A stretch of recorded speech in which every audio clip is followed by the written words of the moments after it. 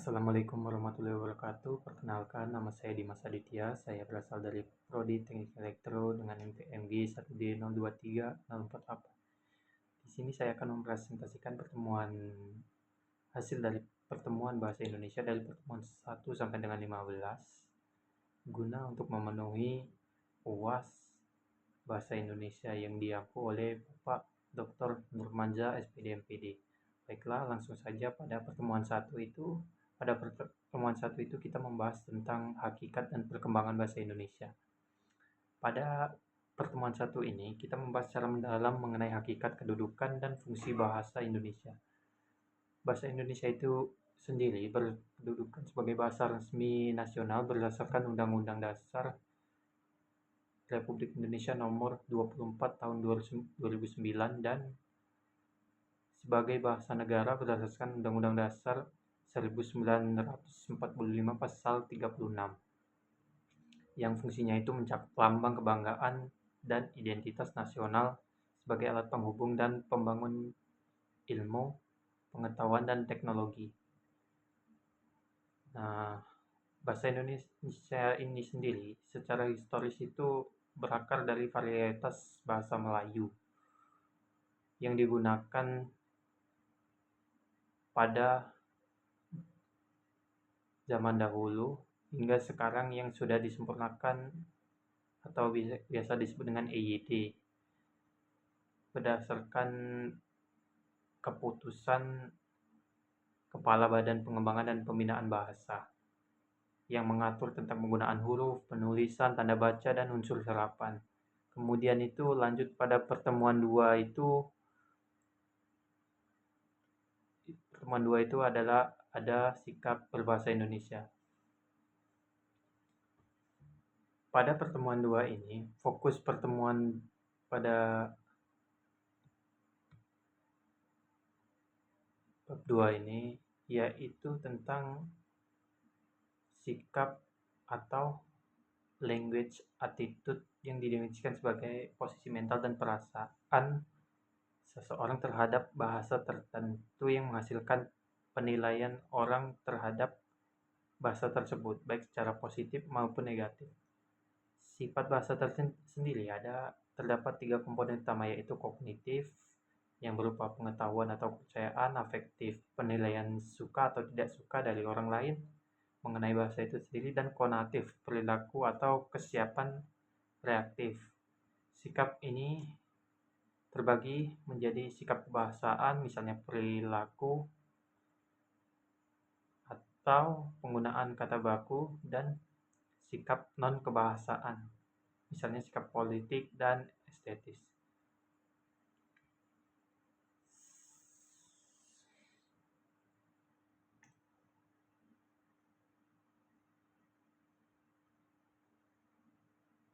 Sikap positif terhadap bahasa Indonesia ditunjukkan dengan rasa kebanggaan dalam berbahasa, serta usaha terus-menerus dalam menambah pengetahuan dalam berbahasa, serta tidak malu menggunakan bahasa Indonesia dimanapun. Kemudian pada pertemuan ketiga itu adalah teks dalam kehidupan akademik. Nah, mungkin teks dalam kehidupan akademik ini tidak terlalu asing bagi kita sebagai mahasiswa, karena pada teks dalam kehidupan akademik ini mahasiswa harus dibekali dengan kemampuan untuk menjelajahi tulisan akademik dan jenis tulisan untuk mengkaji suatu permasalahan melalui proses penelitian dan kajian pustaka menggunakan metode ilmiah atau saintifik yang berdasarkan melalui misalnya makalah, buku, teks, modul, ataupun proses penelitian yang nantinya akan menghasilkan tesis, disertasi, ataupun skripsi maupun seminar-seminar nasional.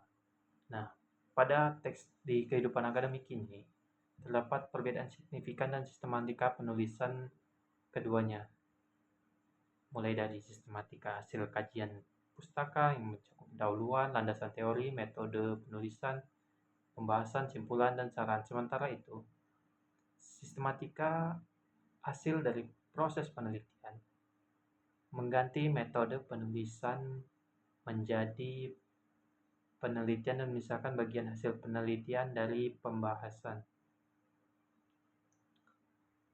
pada teks kehidupan akademik sehingga dapat dibedakan dari sistematika penulisan dan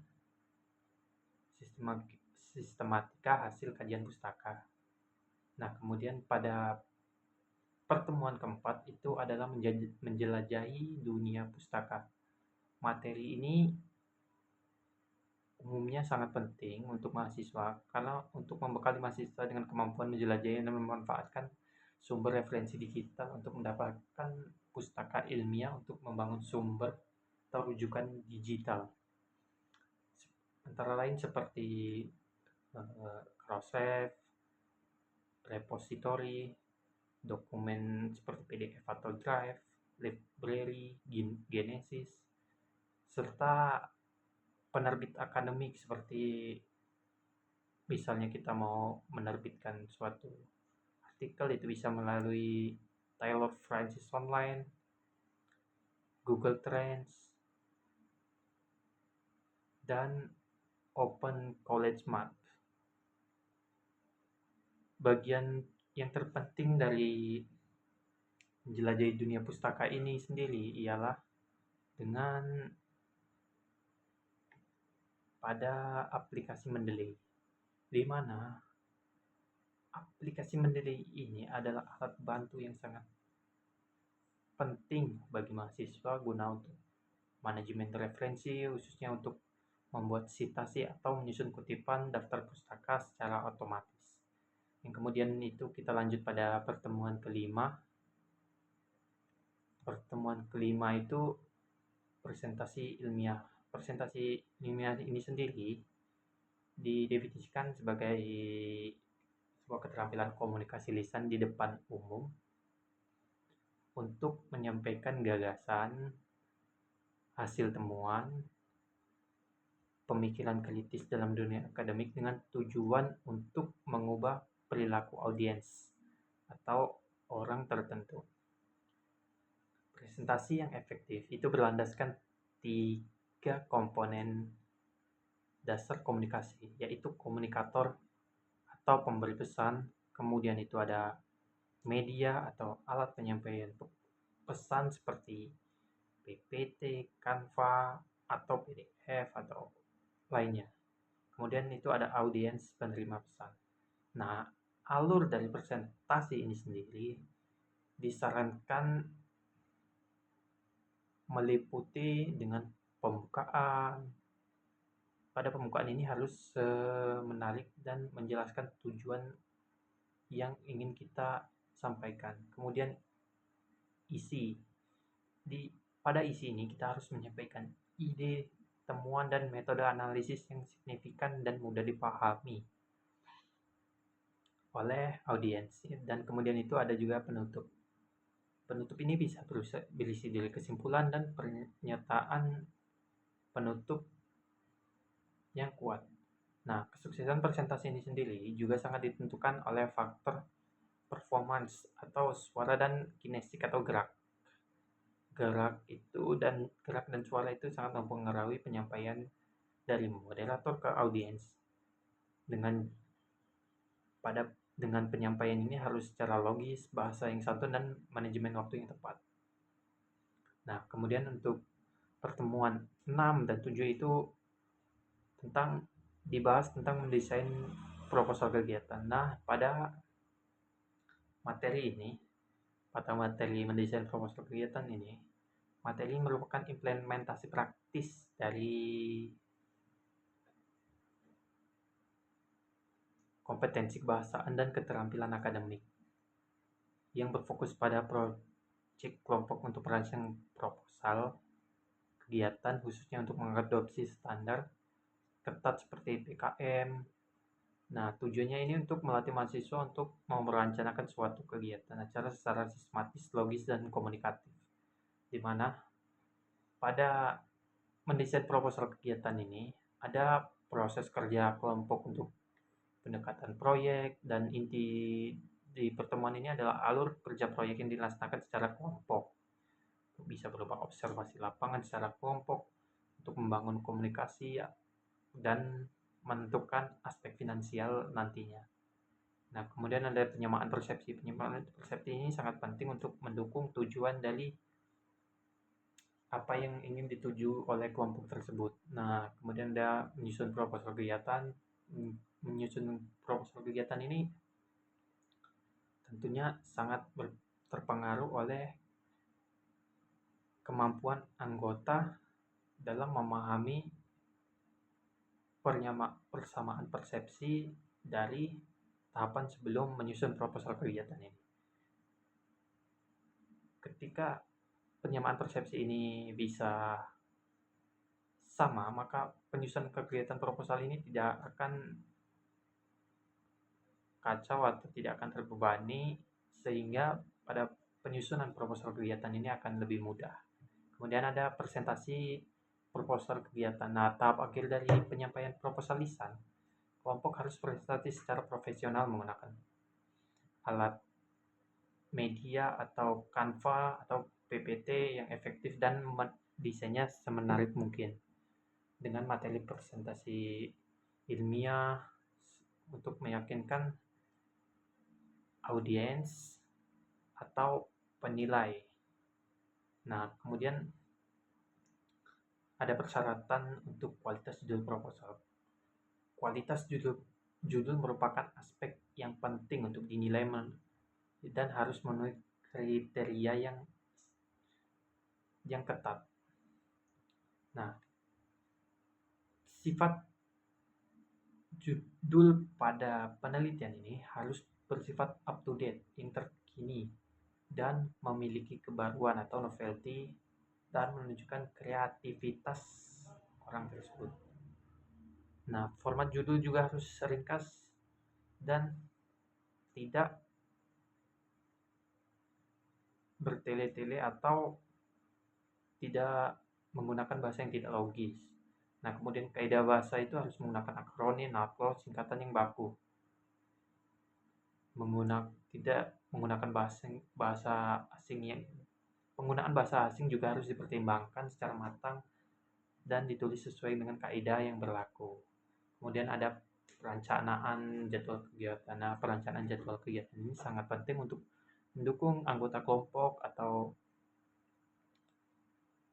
manajemen waktu kelompok untuk membangun suatu proposal atau kegiatan atau membangun sebuah alat untuk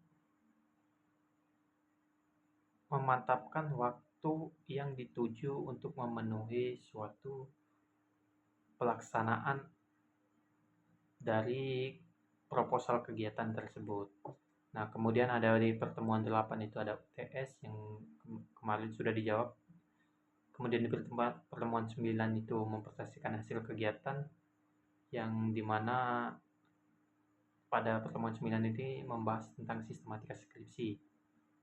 Nah, kemudian ada pertemuan 10 dan 11 ini mendesain proposal kegiatan, mana pada mendesain proposal kegiatan ini merupakan inti dari kompetensi akademis mahasiswa untuk menjaga hakikat penelitian, metodologi ilmiah, dan pelaporan hasil dalam format lengkap dan artikel jurnal. Nah, kemudian ada pada pertemuan 11 sampai dengan 15 ini digabung. Itu ada kita ambil judul tentang laporan penelitian dan artikel ilmiah. Nah, pada pertemuan 11 sampai dengan 15 ini ada yang pertama itu tentang hakikat dan metode ilmiah. Nah, penelitian itu sendiri didefinisikan sebagai usaha atau cara sistematis untuk menyelidiki masalah tertentu yang bertujuan untuk mencari jawaban atau solusi untuk menggunakan metode ilmiah, agar suatu proses dapat dikategorikan ilmiah untuk memenuhi 5 kriteria utama, yaitu rasional. Rasionalis itu sendiri dapat dijangkau oleh penalar manusia. Kemudian ada empiris yang dapat diamati oleh indera. Kemudian ada sistematis, menemukan langkah-langkah yang logis. Valid itu tingkat ketepatan data yang pas. Yang kemudian ada reliable yang konsisten atau dapat diandalkan. Nah, siklus Proses penelitian ini merupakan urutan yang harus diikuti, mulai dari identifikasi, permasalahan, perumusan, hipotesis, pengumpulan data, analisis data, hingga pelaporan dan evaluasi. Kemudian ada sistematika proposal penelitian, itu ada terbagi menjadi dua biasanya, itu ada kuantitatif dan kualitatif. Nah, sistematika ini sendiri pada disajikan secara berbeda berdasarkan pendekatan yang kita gunakan, baik itu secara kuantitatif maupun kualitatif. Nah, pada proposal kuantitatif sendiri ini pendekatan ini berfokus untuk menguji atau membuktikan teori yang sudah ada, apakah sama atau tidak. Nah, kemudian pada kuantitatif ini latar belakangnya itu menunjukkan tentang alasan penelitian dan penemuan masalah yang disebutkan secara deduktif atau umum ke orang-orang tertentu. Nah, fokus penelitian dan rumusan masalah, kemudian ada tujuan penelitian dan manfaat, definisi operasional, kemudian metode penelitian. Metode penelitian pada kuantitatif ini mencakup tentang desain, populasi, sampel, instrumen penelitian, dan teknik pengumpulan data. Kemudian dan dianalisis datanya. Kemudian proposal kegiatan kualitatif. Nah, pada kualitatif ini sendiri berfokus untuk mengembangkan teori baru di lapangan. Perumusan masalah ini bersifat deskriptif dan eksploratif. Misalnya, bagaimanakah gini dan sebagainya itu untuk membahas suatu metode baru. Nah, pada kualitatif ini latar belakangnya ini menjelaskan alasan penelitian dan penemuan masalah. Ini bisa disebutkan secara induktif. Kemudian fokus penelitian ini ada pada rumusan masalah dan definisi istilah. Nah, metode penelitian ini mencakup jenis penelitian, lokasi, waktu, sumber data, teknik pengumpulan data, pengecekan keabsahan data, dan analisis data. Nah, kemudian ada sistematika. Pada pertemuan ini ada sistematika laporan penelitian artikel ilmiah. Ada laporan hasil penelitian sistematika jauh lebih lengkap, terdiri dari bagian awal mulai dari halaman, judul, abstrak, kata pengantar, daftar isi, dan sebagainya. Mulai dari bagian isi, mulai dari bab 1 sampai bab 5 atau bab 1 sampai dengan bab 7. Dengan bagian akhir itu dilampirkan pada daftar pustaka dan juga lampiran hasil kegiatan penelitian tersebut. Kemudian ada judulnya itu, kemudian pada proposal penelitian ini judul itu harus ringkas dan representatif guna memudahkan penalaran pembaca sehingga lebih mudah dipahami. Kemudian pada abstrak itu harus mencakup masalah yang pertama itu masalah, kemudian tujuan, metode, dan hasil. Nah, pada penelitian ini, teknik penulisan ilmiah pada manajemen referensi ini, aspek ini krusial karena kepenulisan dalam kaidah bahasa dan etika akademik termasuk teknik pengutipan ini sangat penting untuk mendesain suatu penelitian atau proposal, di mana teknik kutipan ini dibedakan untuk menjadi kutipan langsung pendek, ini bisa jadi di bawah 40 kata, teknik kutipan panjang langsung itu lebih dari 40 kata, dan tidak langsung itu secara parafrase. Nah, kemudian biasanya pada penelitian ini digunakan catatan kaki untuk memberikan informasi atau tambahan sumber rujukan di bagian bawah halaman. Di bagian bawah halaman ini berupa dapus biasanya. Nah, kemudian ada dapus ini daftar pustaka yang memperkenalkan dua format utama, yaitu biasanya itu ada APA, ya apa itu sendiri, American Physiological Association atau MLA, The Modern Language Association, yang biasa digunakan atau umum digunakan di lingkungan umum, atau di univ sendiri itu umum sendiri. Umumnya itu apa? Nah, kemudian ada manajemen referensi, itu digunakan aplikasi Mendeley. Penggunaan program Mendeley ini ditekankan untuk mempermudah proses sitasi, pembuatan dapus secara otomatis, dan memastikan konsentrasi format penulisan seperti APA, MLA, dan seluruh dokumen. Nah, begitu saja mungkin dari pembahasan saya dari pertemuan 1 sampai dengan 15. Jika ada kata-kata saya yang salah atau kurang tepat, saya mohon maaf. Saya akhiri. Wassalamualaikum warahmatullahi wabarakatuh.